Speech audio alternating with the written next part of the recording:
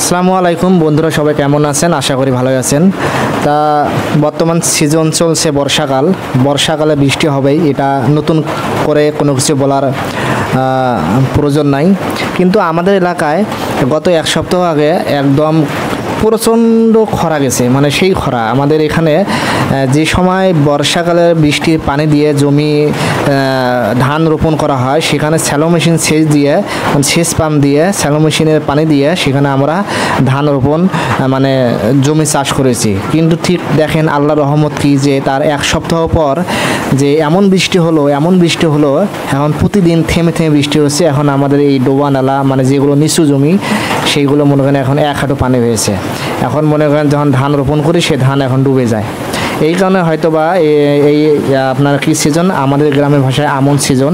এই আমন সিজনে আমরা ধান মানে যেটা আর কি আমাদের গ্রামের ভাষায় ধান গাছের চারা মানে বিছন বলে আমাদের গ্রামের ভাষায়, সে বিছন তুলে আবার অন্য জায়গায় আর কি আমরা আবার রোপণ করি, মানে ওটাকে আমরা বলি বলান, যেটা বলান দিয়ে আর কি গাছটা আর কি আরও লম্বা করা হয়, আরও বেশি সাইজে বড় করা হয়, যেন বর্ষাকালে বৃষ্টিতে এই ধানটা যেন ডুবে না যায়। এই কারণে আমরা এটাকে আমাদের গ্রামের ভাষায় বলে বলান।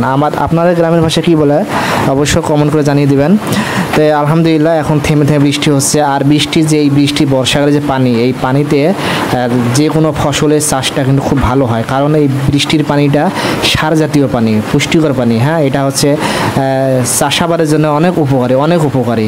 যাক আলহামদুলিল্লাহ, শুকরিয়া আদায় করি। এখন আমাদের এলাকায় থেমে থেমে বৃষ্টি হচ্ছে এবং যেটাকে আমরা বলতে পারি আল্লাহর রহমত। এখন বৃষ্টি হচ্ছে, এখন ধান রোপণ চলছে আমাদের এলাকায়, ধুমধামাকা চলছে।